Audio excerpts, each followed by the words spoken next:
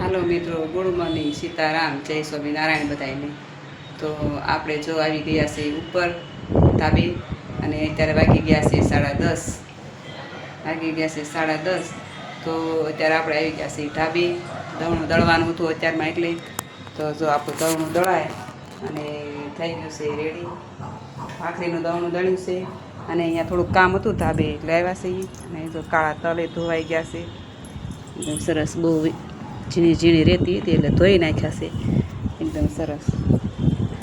તો આપણે ગયા આવી ગયા છે ઉપર જો તમને બધું લોકેશન બતાવું. મસ્ત મજાનું ઝાડવા છે આપણા બધા મસ્ત મજાના. જો અમારી ગૌશાળા બતાવે છે.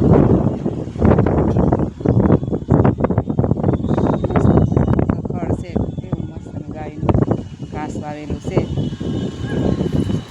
તો અહીંયા અમારો લીમડો છે સરસ બહુ. તો ધાબે આપણે આવ્યા હતા, થોડુંક કામ હતું એટલે અને હવે આપણે આવ્યા છીએ અંદરની રૂમમાં.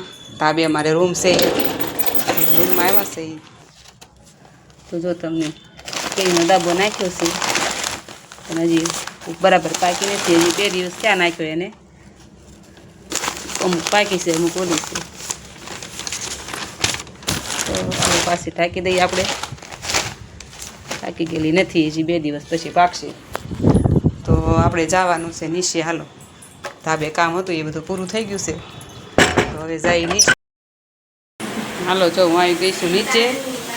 અને અમે રસોડામાં જે ખાટું અથાણું બનાવ્યું છે તે તમને બતાવું અત્યારમાં. સવારમાં એકદમ સરસ ખાટું અથાણું બનાવાઈ ગયું છે. 1-2 દિવસ બહાર રહેવા દઈશું, આ બધું ગળી જાય ને પછી કાચની બોટલમાં ભરી દઈશું. સરસ પંજાબી અથાણું ખાટું બનાવી.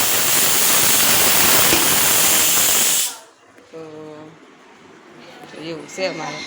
તો મારો વિડીયો સારો લાગ્યો હોય તો લાઈક, શેર, કમેન્ટ કરજો અને મારી ચેનલને સબસ્ક્રાઈબ કરી દેજો. Thank you.